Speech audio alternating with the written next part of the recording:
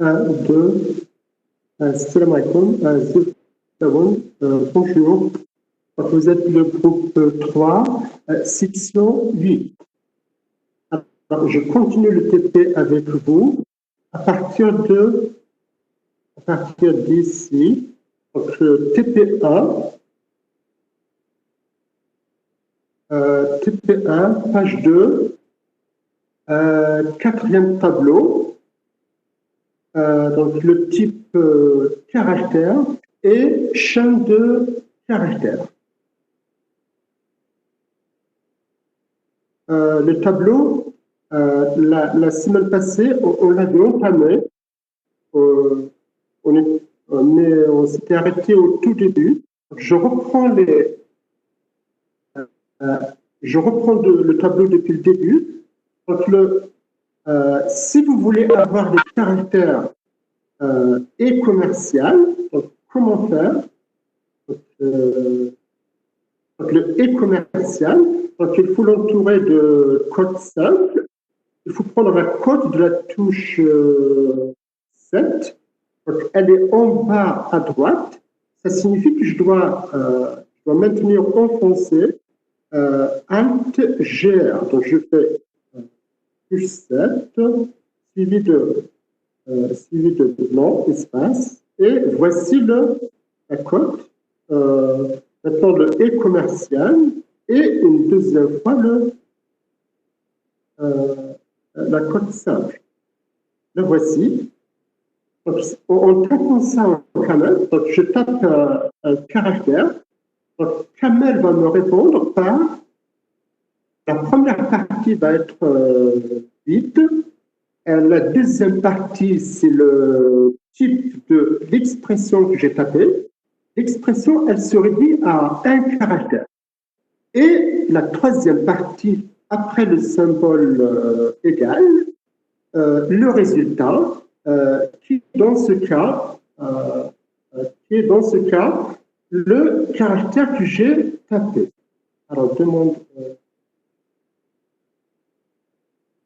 Allez-y.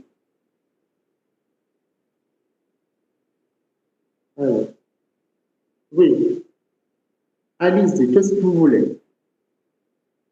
Vous pouvez utiliser le chat. Hein. Alors, oui, j'ai lancé l'enregistrement, donc c'est bon. Je continue. Alors, je vais continuer.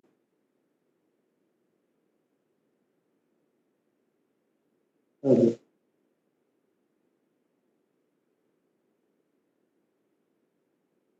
Donc, je continue.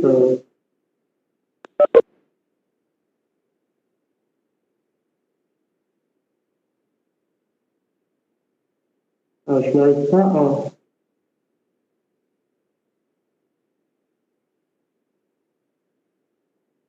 oui, donc je fais retour et voici la réponse de Kamel. Donc, première partie vide, le type c'est caractère, char, et le résultat c'est le caractère que j'ai tapé. Ensuite, alors même chose avec le caractère petit a, donc je remplace le et commercial par petit a. Donc j'aurai vide, le type c'est caractère, char, et le résultat c'est le caractère lui-même. Donc voici l'affichage de Kamel, la réponse de Kamel. Vide, char, petit a. Ensuite,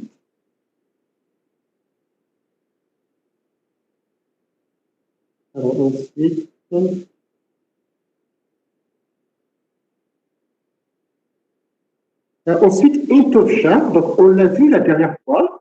Donc je vais tout simplement la retaper, puisqu'on l'a vu la dernière fois. Int of char et le caractère, c'est le texte, c'est petit a. Oui, c'est petit a. Donc, int of char petit a, donc je fais ceci. Voilà. Donc, l'entier d'un caractère, donc c'est une fonction prédéfinie qui est d'arrêté 1, qui reçoit un caractère comme argument et qui retourne le code ASCII du caractère.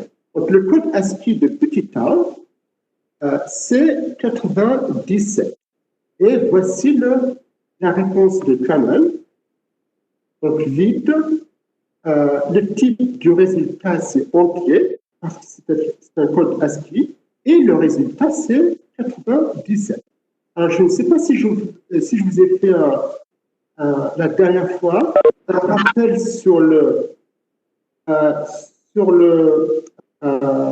code ASCII. Alors, je vous le refais rapidement. Alors, code ASCII,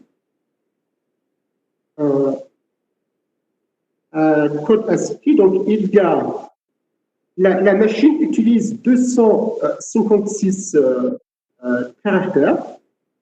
Alors, chacun de ces 256 caractères a un code. Et le code d'un caractère, il est compris entre 0 et 255.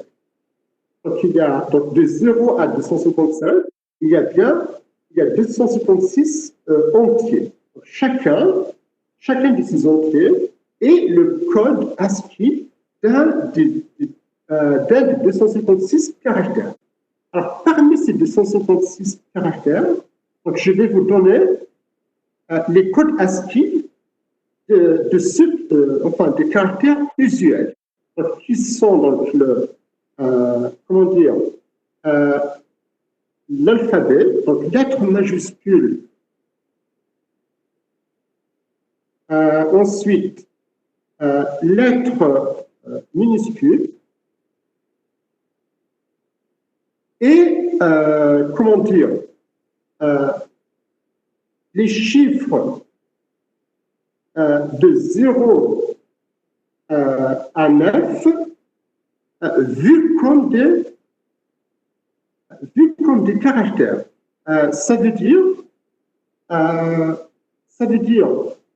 les caractères, donc le caractère 0, donc il est entouré de, c'est 0 entouré de code 5. Je fais ceci. Le caractère 0 jusqu'au caractère, donc 9 entre code 5 que voici. Donc, je vous donne les codes ASCII pour ces trois types de caractères. Alors, pour les lettres minuscules, on vient de voir le code ASCII de petit a, qui est 97. Et donc, le code ASCII d'une lettre minuscule, il varie de 97 pour petit a jusqu'à plus 26 moins 1, ça veut dire 122 pour petit z. Donc ça, c'est pour les... donc, c'est pour les caractères de petit a jusqu'à petit z. Petit z.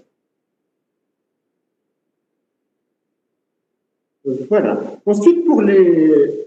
pardon, non, ici, c'est pas majuscule, c'est des minuscules. Hein.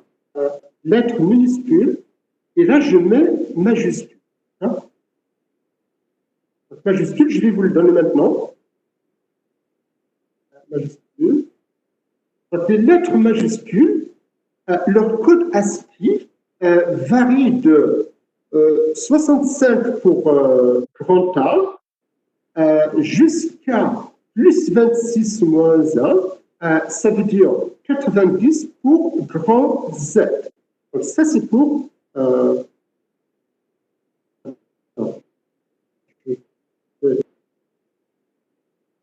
c'est pour,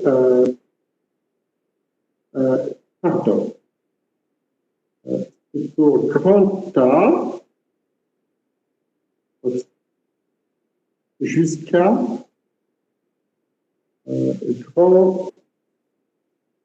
grand Z.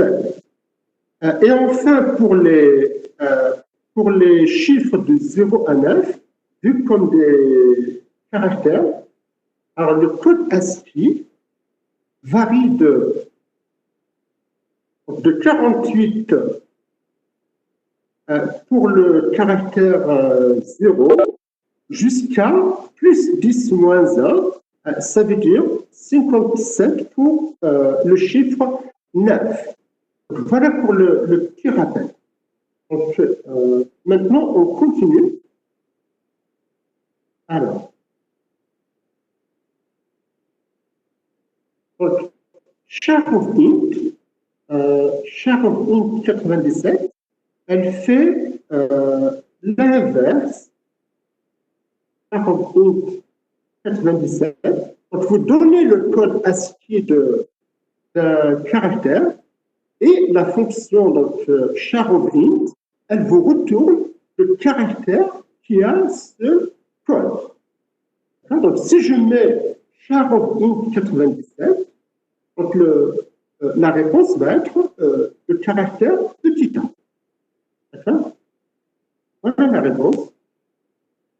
Donc, petit a, le type c'est char, caractère, et la première partie, elle est vide.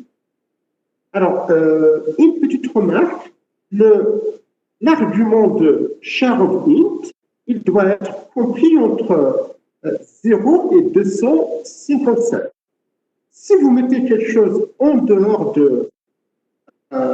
de cet intervalle, vous allez avoir un message d'erreur. Alors, si je mets 65, je vais avoir le caractère A majuscule, donc le voici. Donc, si je mets 122, je vais avoir petit z. Donc, voici. Si je mets 90, je vais avoir grand Z. Voilà, donc ça c'est grand Z. Ensuite, si je mets 48, je vais avoir 0 sous forme de caractère. Donc, le voici. Alors, voilà, donc 0, char, première partie, pi. Et enfin, si je mets 57, je vais avoir le caractère 9. Le voici. Si maintenant je mets quelque chose qui est en dehors de l'intervalle 0,255, par exemple 300, je vais avoir un message d'erreur. Le voici. Voilà, ce qui est écrit, c'est argument invalide, donc char of int. L'argument de char of int, il est invalide parce qu'il est en dehors de 0,255. Voilà, donc je continue.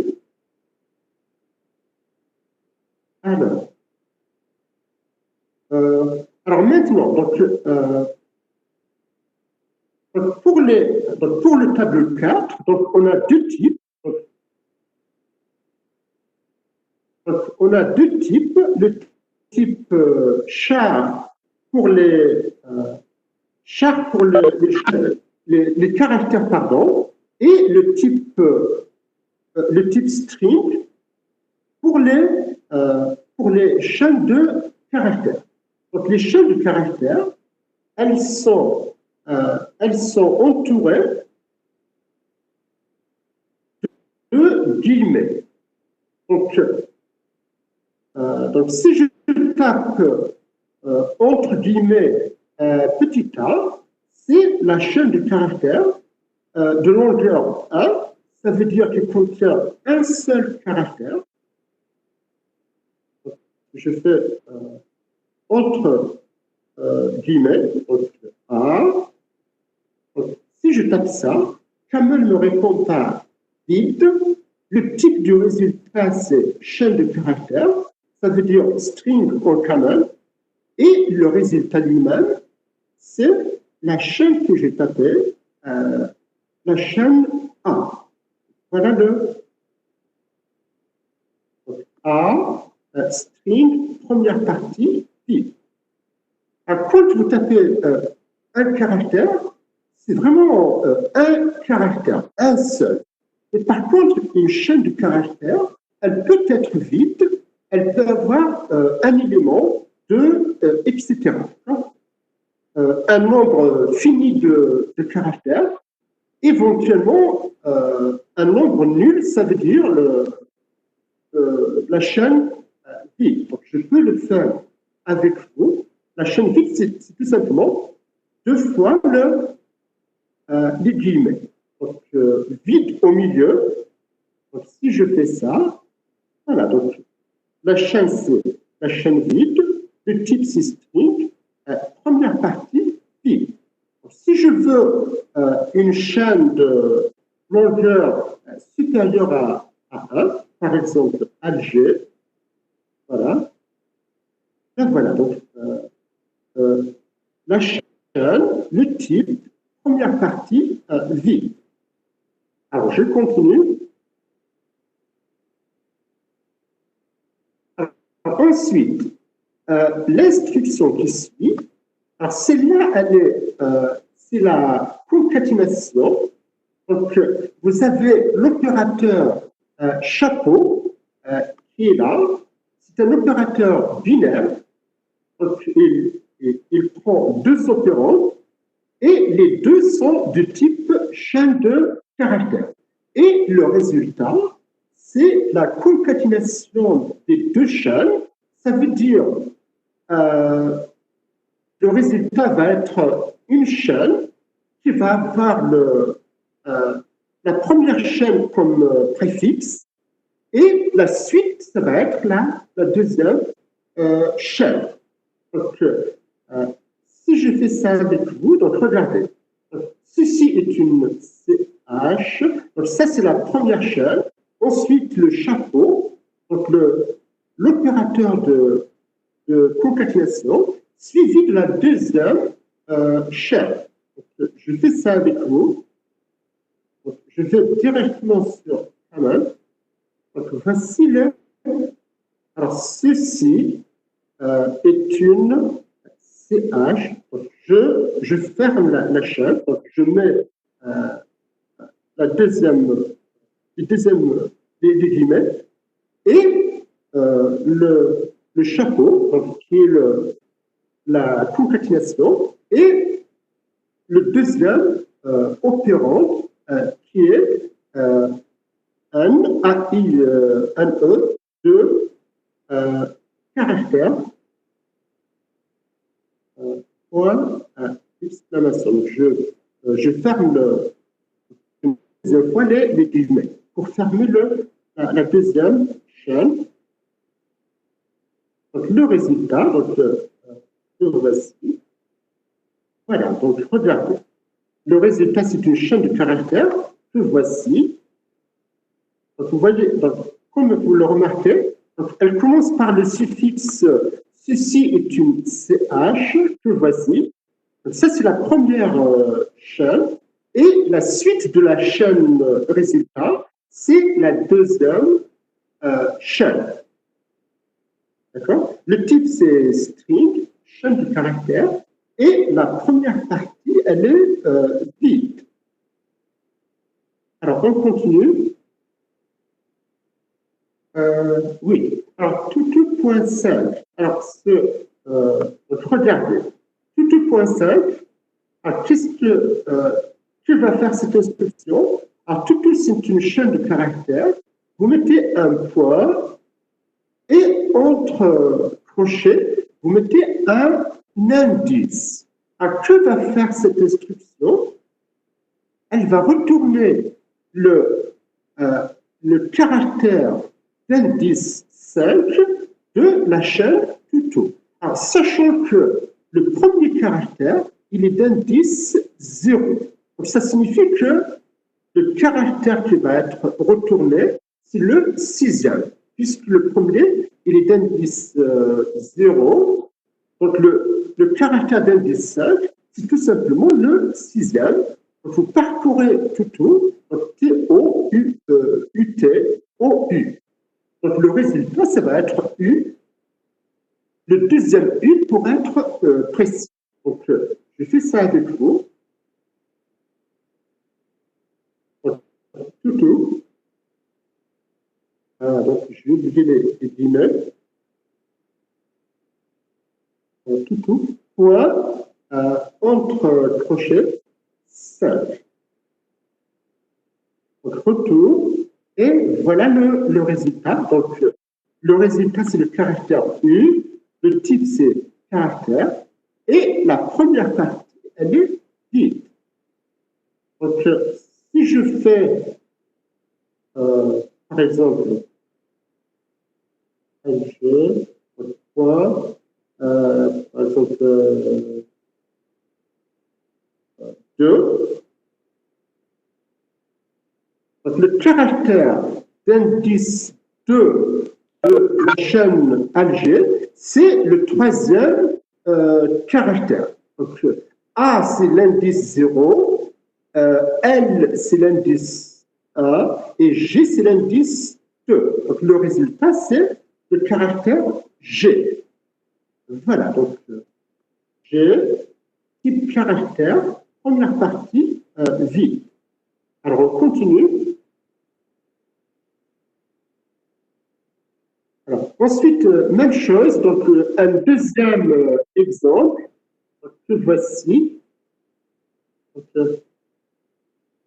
vous mettez Perrine.1, donc le caractère d'indice 1, c'est le deuxième caractère, donc c'est A majuscule. Voilà, alors, ah oui, pardon, il faut que j'ai fait un copier-coller. Il faut mettre les A, ça. Donc, retour. Alors, je vais avoir grand A.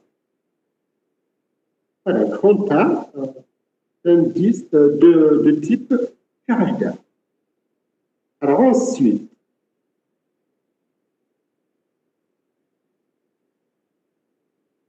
un string of length, donc string of length. Un string of length, c'est longueur d'une chaîne. Donc, si vous traduisez donc, en français, donc, string, ça veut dire chaîne de caractères. Length, ça veut dire longueur. C'est une fonction prédéfinie qui prend une chaîne de caractères comme argument et qui retourne la longueur de la chaîne. Ça veut dire le nombre de caractères. Donc, si je fais ça avec vous, donc, string length, donc la chaîne c'est KDR. Donc, le résultat va être le nombre de caractères de la chaîne KDR, c'est 5. Et le type c'est entier. Voilà. Donc, 5 int. Alors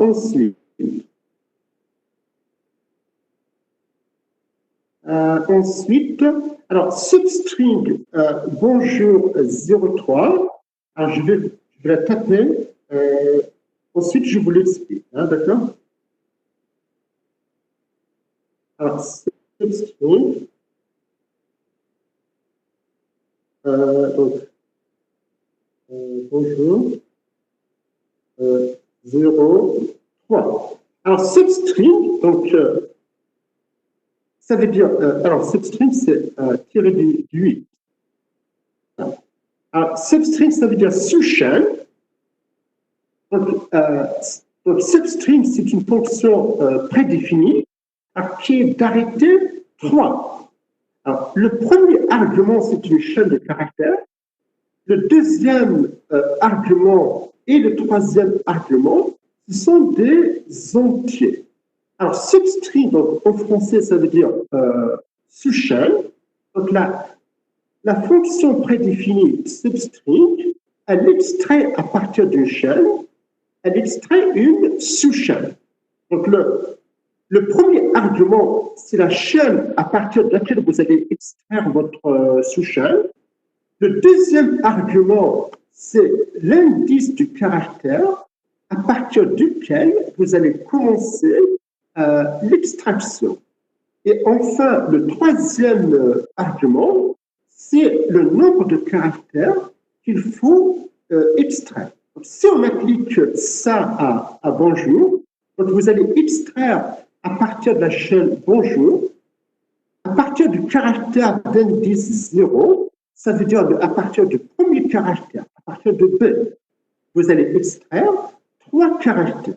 Donc le résultat va être une chaîne de caractères donc, qui va être, vous commencez par B, ensuite vous prenez O et vous prenez aussi le N, 3 caractères. Donc le résultat, c'est la chaîne O, B-O-N, le type c'est string, chaîne de caractères. Donc, voyons ceci.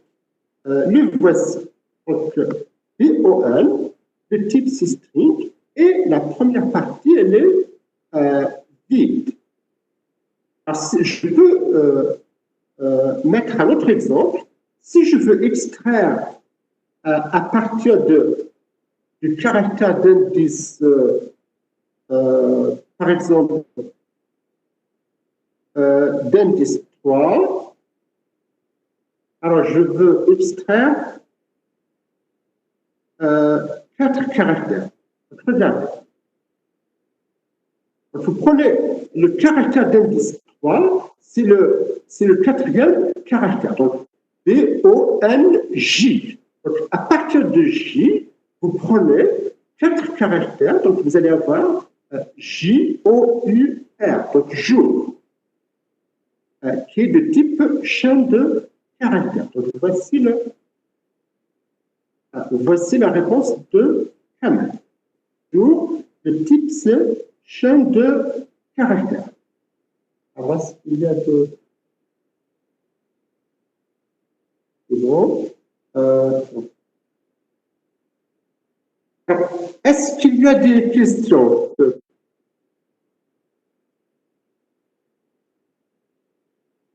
Est-ce qu'il y a des questions concernant le tableau 4? Non? Alors, on continue. Alors, je continue. Donc, le tableau suivant. Oui. Alors, le tableau suivant, c'est le type Uplay ou bien Uplay. Alors, je vais sur le tableau suivant.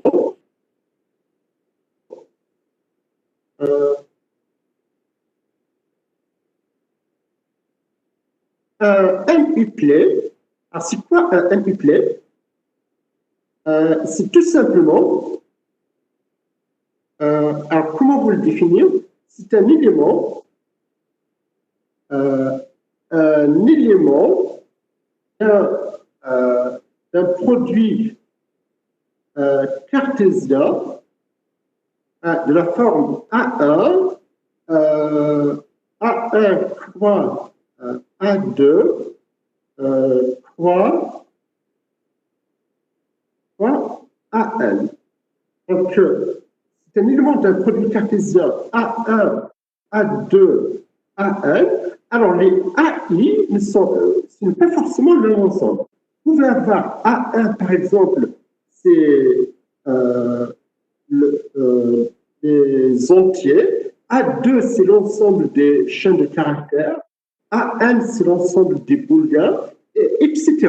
D'accord? Donc, les AI donc, ne sont pas forcément égaux. Donc, vous n'avez pas vous n'avez pas forcément le même ensemble qui se répète une fois. Hein? Donc, on va le voir. Donc, alors, exemple, exemple. Exemple. Donc, si je prends, alors, N, N croix R, alors, croix, alors, qu'est-ce que je vais mettre?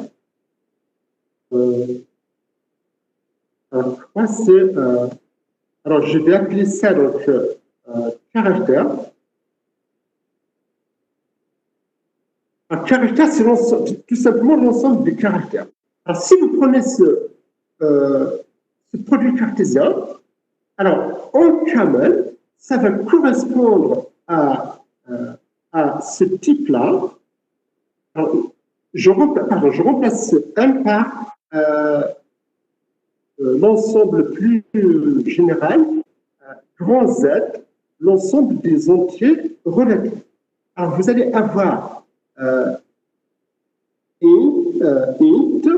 étoile float, étoile char. Un exemple d'élément qui appartient à cet ensemble.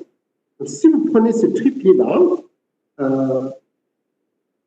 moins 9, 5 points, et le caractère petit a. Donc ça, c'est un triplet. Dont le type, c'est ça justement. Donc, c'est int, étoile float, étoile char. Donc, de i en minuscule. Donc, les détails, on va les voir à travers le parcours du dernier tableau. Le voici. Donc, expression sur les couplets. Alors, le premier exemple, 1,2, c'est une paire. Donc, c'est un couple, c'est un élément du produit cartésien Z croix Z. Donc, si je le tape en camel, 1,2, camel va me répondre par le résultat, ça va être la paire que j'ai tapée. Ensuite, son type.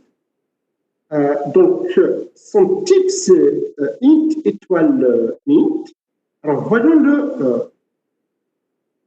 Voici le résultat en camel. Donc, voici le type. Int étoile int. La première partie, elle est vide. Et le résultat, c'est 1,2. Alors, une chose qu'il faut dire à ce niveau est que camel, il ne met pas les parenthèses les plus externes. Ça signifie que 1,2 sans les parenthèses, c'est équivalent à 1,2 avec les parenthèses. Donc, si je vais sur mon tableau blanc, pardon, c'est pas ça, ici, je viens de taper 1,2. La réponse que j'ai eue de Camel, c'était ça. Donc, it, 2 points, int, et le résultat m'a été mis sous cette forme-là, 1,2, sans les parenthèses les plus externes. Donc, ce 1,2, c'est équivalent à 1,2 entre parenthèses. Donc, c'est la paire 1,2. On continue. Alors, ensuite, alors, ici, on vient de le dire, Camel ne met pas les parenthèses les plus externes. Alors, vous, à votre tour, quand vous tapez un N-play, vous pouvez ne pas mettre les parenthèses les plus externes, comme c'est le cas dans l'exemple qui suit. Donc, si je tape 1,2,3, je termine avec 2 fois point virgule. Ça, c'est ce que j'ai tapé, c'est le triplet 1,2, virgule 3. Donc, c'est comme si j'avais mis les parenthèses les plus externes. D'accord? Donc, Kamel va me répondre par ce triplet-là. Donc, il ne va pas mettre les parenthèses les plus externes. Et le type de résultat, c'est ce triplet, c'est un élément de Z3. Ça veut dire int étoile int étoile int. Voici le triplet et voici le type. Int 3 fois. Alors, on continue. Alors maintenant, 1,2,3. Donc là, vous avez 1,2,3. Donc là, vous avez une paire. Le deuxième élément de la paire, c'est lui-même une paire.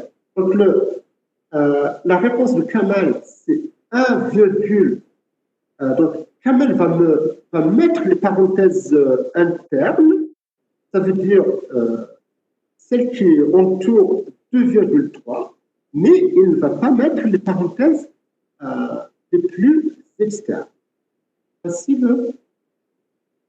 Voilà la réponse, avec les parenthèses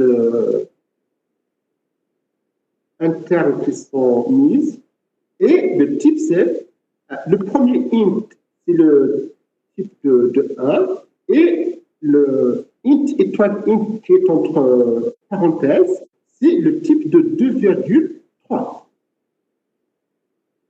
Alors, on continue.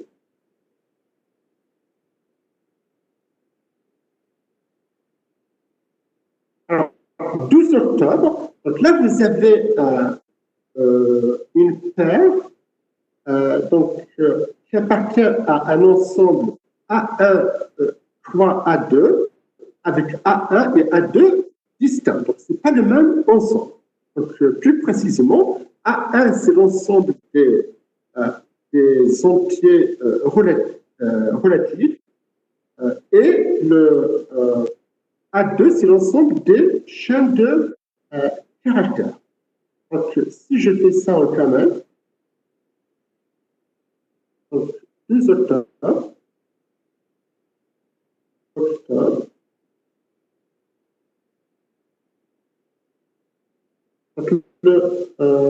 la réponse, c'est 12 octobre sans les parenthèses les plus externes. Et le type, c'est int pour 12, étoile, string pour octobre. Voilà voici la réponse, donc sans les parenthèses. Et voici le type, int étoile, string. Alors ensuite, 12 octobre, sure. Donc un triplet qui appartient à l'ensemble int, étoile string pour octobre, étoile boule pour sure, pour le troisième élément du triplet. Je le fais avec vous. Donc, 12 octobre, sure. Voici la réponse. Donc, elle est là. Donc, le triplet que j'ai tapé sans les parenthèses. Et voici le type. Int pour 12, string pour octobre et boule pour jour. Première partie, vide. Alors, on continue. Alors, ensuite, à coucou 3.1 à 2. Donc, coucou 3.1. Coucou. 3.1, virgule. Donc, le caractère A.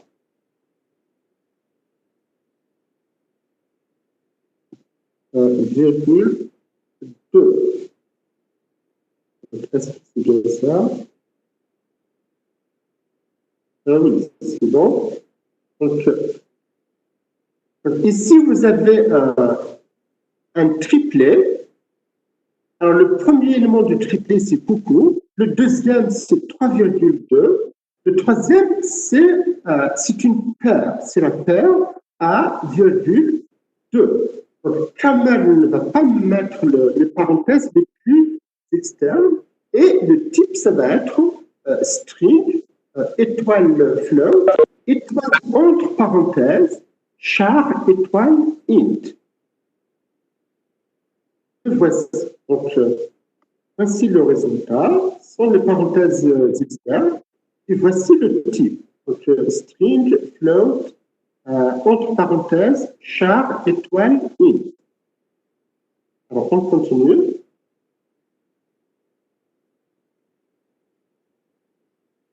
Alors, ensuite, vous avez les deux instructions qui suivent. Elles illustrent deux fonctions prédéfinies qui s'appellent FST et SND. Alors, FST pour first et SND pour second. Alors, les deux prennent comme argument une paire. La première, donc FST, elle retourne le premier élément de la paire. La deuxième, donc SND, elle retourne le deuxième élément de la paire. Ça signifie que si vous donnez à chacune des deux le paramètre 12 octobre, FST va retourner 12, qui est de type entier, et SND va retourner octobre, qui est de type string, chaîne de caractères. Je le fais avec vous pour vérifier. FST, donc 12 octobre.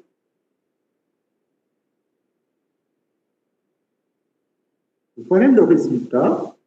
Donc 12, le type c'est INT. Et si maintenant, à la place de FST, je mets SND, voici le résultat. Donc, octobre, le type c'est string, première partie, div. Donc, voilà pour le type NUPLE. Voilà, donc on va tout simplement avancer. Donc, on va sur la page 3. Et donc là, on va voir à la page 3, enfin, la première partie, donc, elle concerne les déclarations de variables. Alors, comment vous présentez ça? Donc, on dit déclaration d'une variable, ou bien on peut aussi parler de définition d'une variable.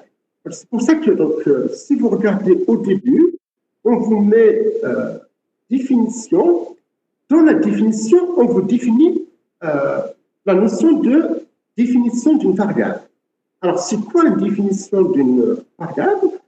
C'est une déclaration. Donc, ici, ce que vous connaissez en algorithmique devrait vous aider. Donc, c'est une déclaration qui va associer un nom à une valeur. Donc, le nom, ça va être la variable que vous déclarez. Et cette variable-là, vous allez lui associer une valeur. Alors, on va voir donc, deux sortes de déclarations. Les déclarations donc, globales et les déclarations locales. Donc, on va commencer par les déclarations globales. Alors, on va commencer par les déclarations globales simples. Ensuite, on verra les déclarations globales simultanées. Donc, la syntaxe d'une déclaration globale simple, c'est la voici.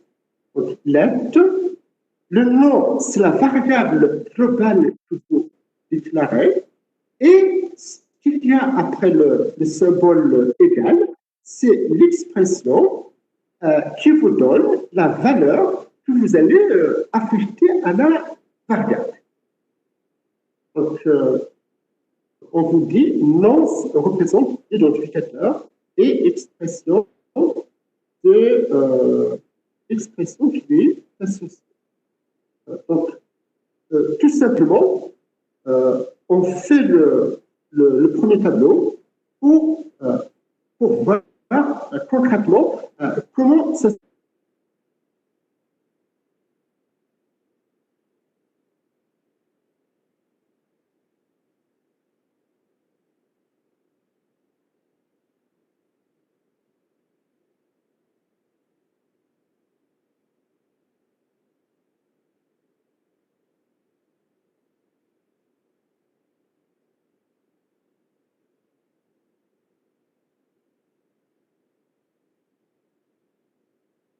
À laquelle vous associez la valeur 5.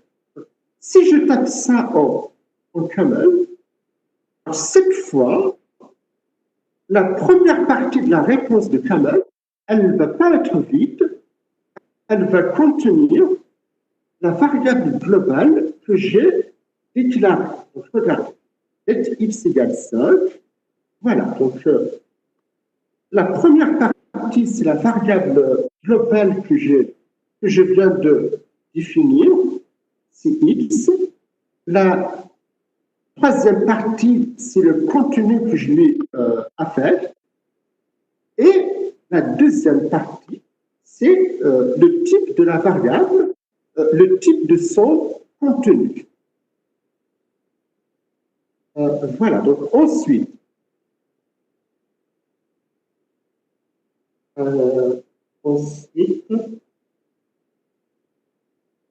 alors maintenant, vous demandez le contenu de la variable x. Mais donc, ça c'est donc x, vous pouvez le voir comme une expression qui se réduit à la variable x. Donc Camel va vous afficher le résultat de l'expression qui va être dans ce cas le contenu de la variable x. Mais la première partie, elle va être vide parce que vous ne déclarez pas de nouvelle variable globale. X. Voilà, donc le résultat, c'est le contenu de la variable 5. Le type du résultat, c'est entier. Et la première partie, elle est vide. Alors ensuite, vous demandez l'évaluation de x plus 2. Alors, x plus 2, donc x, le contenu c'est 5, le résultat va être 7. Donc, 7, le type c'est entier. Première partie vide parce qu'il n'y a pas de nouvelle variable globale. Alors, ensuite, vous déclarez donc, une autre variable globale qui s'appelle tag et à laquelle vous allez affecter un contenu réel donc, qui est 2.0. Donc, je fais ça avec vous. Donc, let time égale 2.0. Donc, si je fais retour, la première partie sera donc la variable taille, la variable globale taille, ensuite son type qui est float, et enfin son contenu qui est 2 points. Voilà. 2.0, le type c'est float. Donc, première partie c'est la variable globale. Alors ensuite,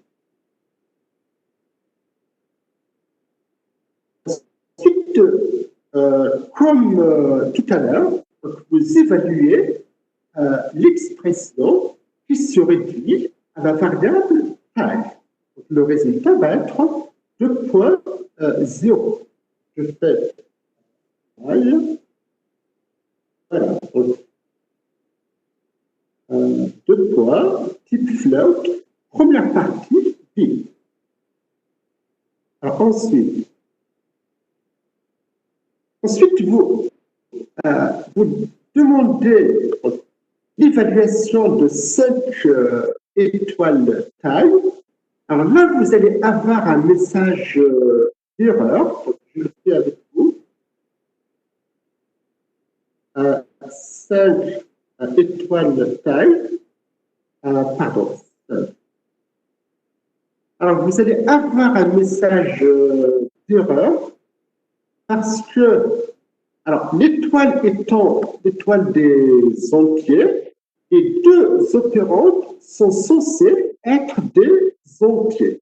Mais là, le premier opérande, c'est 5, il est entier, et par contre, le deuxième, c'est la variable taille, et son type n'est pas entier. Son type, c'est est réel, float. Là, vous allez avoir un message d'erreur que voici. Ça, c'est pour dire qu'il y a un problème. Donc, je continue. Alors, ensuite, vous définissez une autre variable globale qui s'appelle pi. Donc, i égale 3.14, 15, 9. Donc, voilà, donc le nom de la variable globale, qui, le type c'est float, et le contenu c'est 3.14.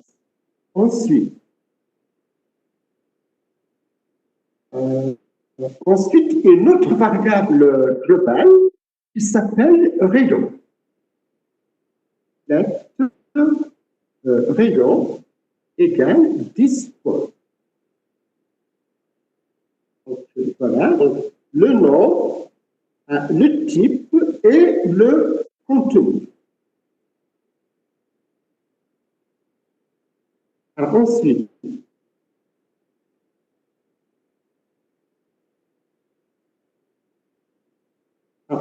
c'est oui, donc vous demandez l'évaluation de pi étoile rayon étoile rayon. Je fais avec vous, entre parenthèses, pi, étoile point, puisque les opérandes sont de type réel. Donc, étoile point rayon, étoile point rayon.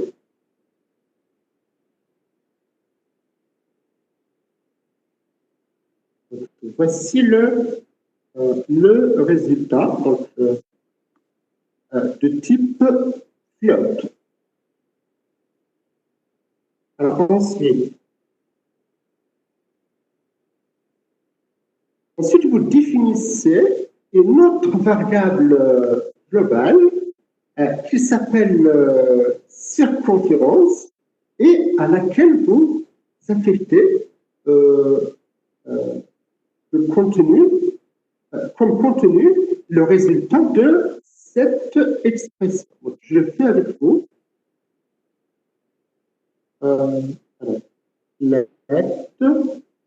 Le nom, c'est circonférence. Et le contenu que vous allez y affecter, c'est 2.0 étoile point i étoile point rayon. Alors je vérifie.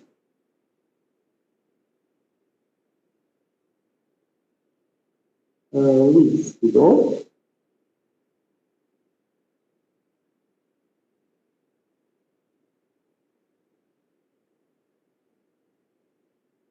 Voilà, donc voici la réponse de Camel. Donc le nom de la variable globale, le type c'est float et le contenu. Voilà pour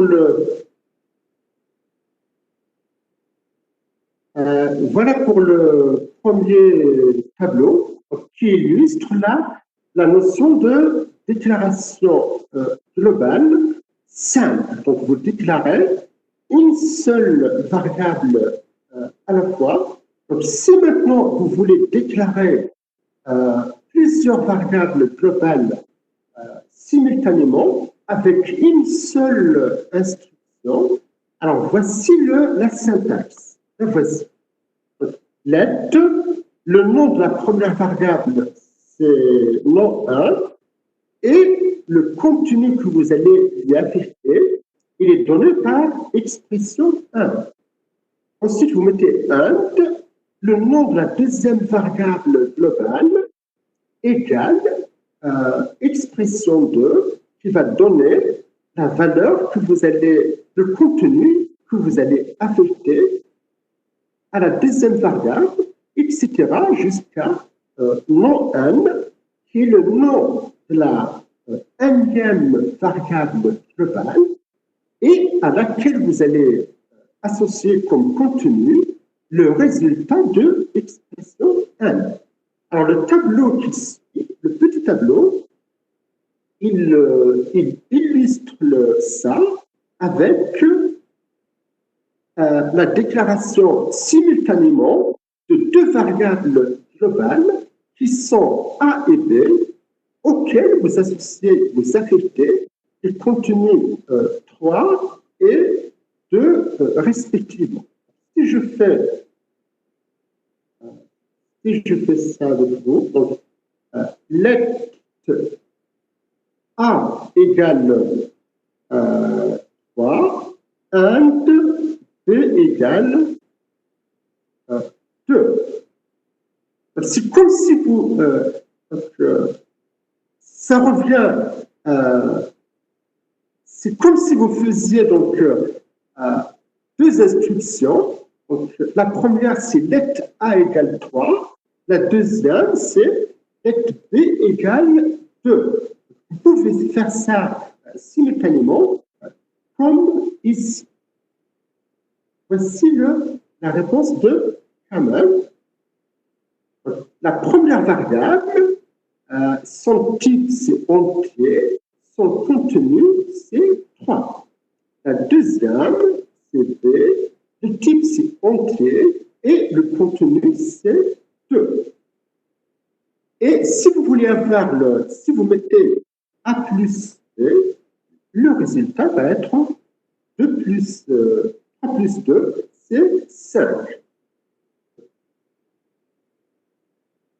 5 de type entier. Alors ensuite,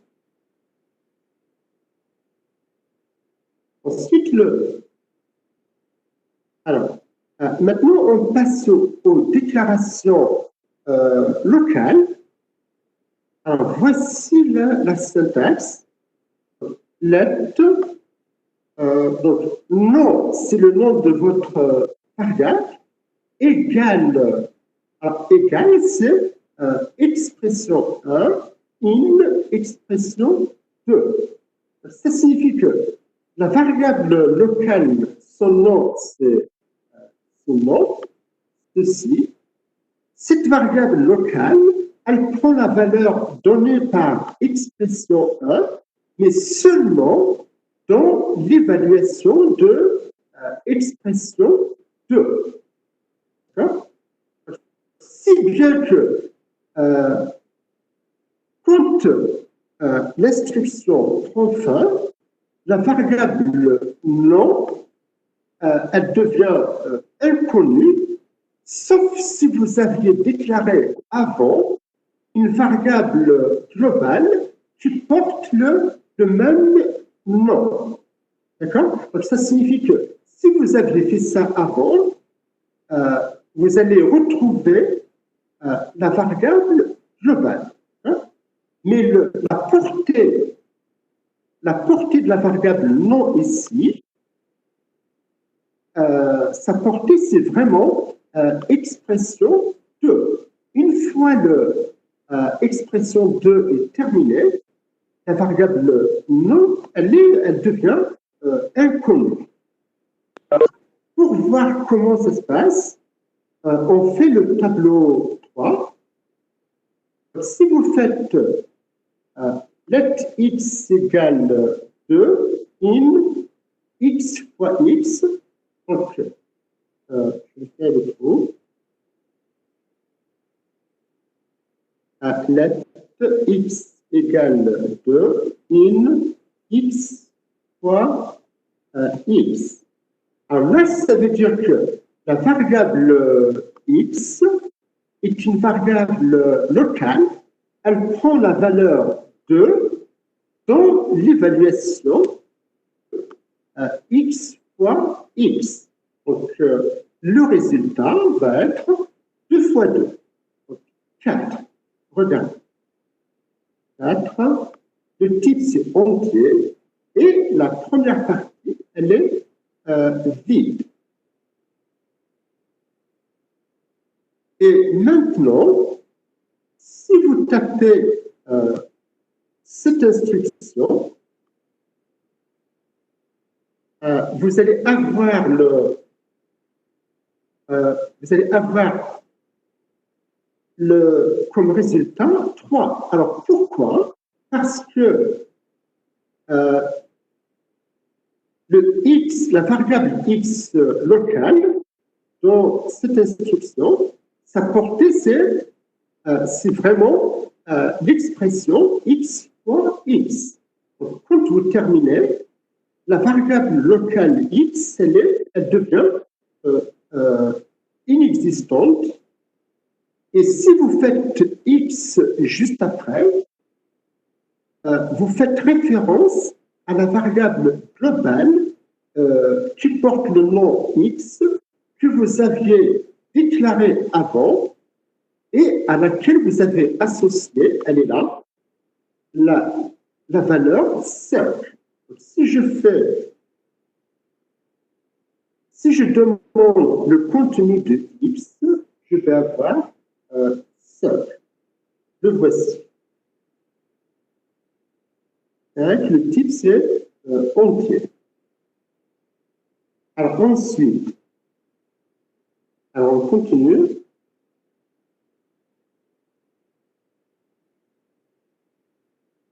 Alors maintenant, je fais let y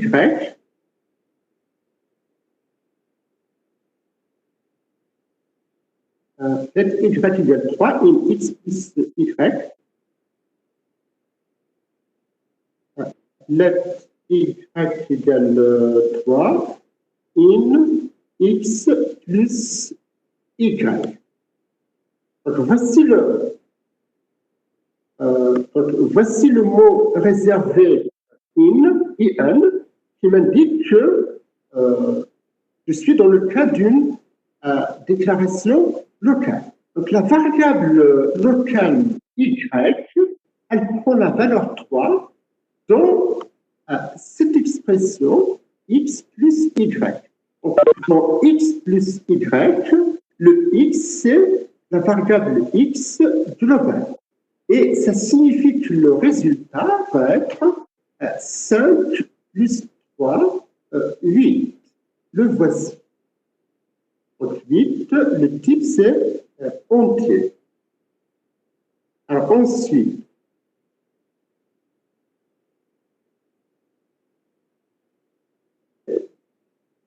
le contenu de la variable y, comme la variable y, vous ne l'aviez pas déclarée avant comme variable globale, là, vous allez avoir un message d'erreur disant que la variable y, elle est inconnue. Donc, je le fais avec vous. Alors, y, et voici le message. Donc, l'identificateur Y n'est pas défini. On continue. Alors ensuite, let Y égale, je fais ça.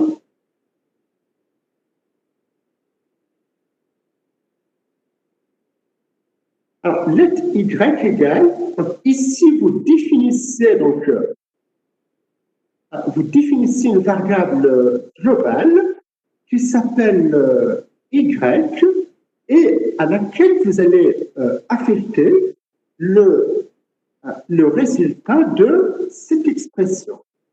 Alors, si vous évaluez cette expression, donc, vous êtes en présence d'une déclaration locale, donc x prend la valeur 3, dont x plus 3, donc le résultat va être 3 plus 3 qui est 6. Donc le 6, c'est la valeur que vous allez affecter à la variable globale y que vous êtes en train de définir. Et voici la réponse de Kramer. Donc, la variable globale, c'est y, son type, c'est entier, et le contenu, c'est 6. Alors, ensuite,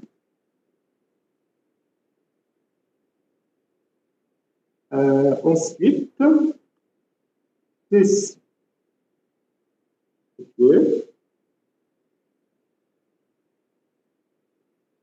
Regardez, donc, déclaration locale, donc, parce que vous avez le in, donc x prend la valeur locale 3, donc cette expression.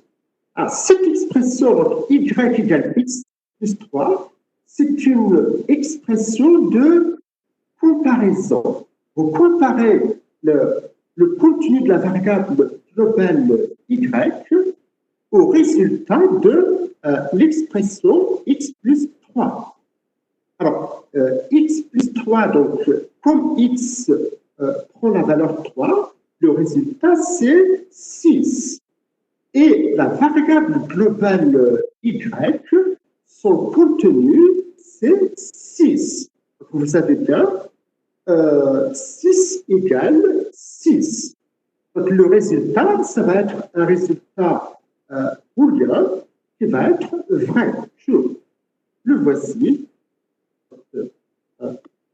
True, booléen, première partie, vide. Vide parce que vous ne définissez pas de nouvelles variables globales. Alors, je continue peut-être pas. Alors, alors, qu'est-ce que je peux faire avant de vous laisser? Alors, est-ce que... oui. Alors, la suite du tableau, parce que vous avez peut-être autre chose, la suite du tableau, on va la traiter la prochaine fois, puisqu'il est, 47. Donc, la prochaine fois, on fera la deuxième colonne du tableau et la dernière ligne. Donc, si vous avez des questions rapidement, je peux répondre.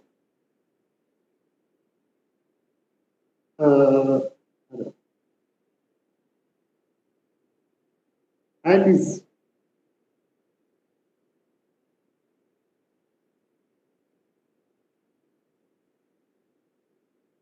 Alors, allez-y. Est-ce que...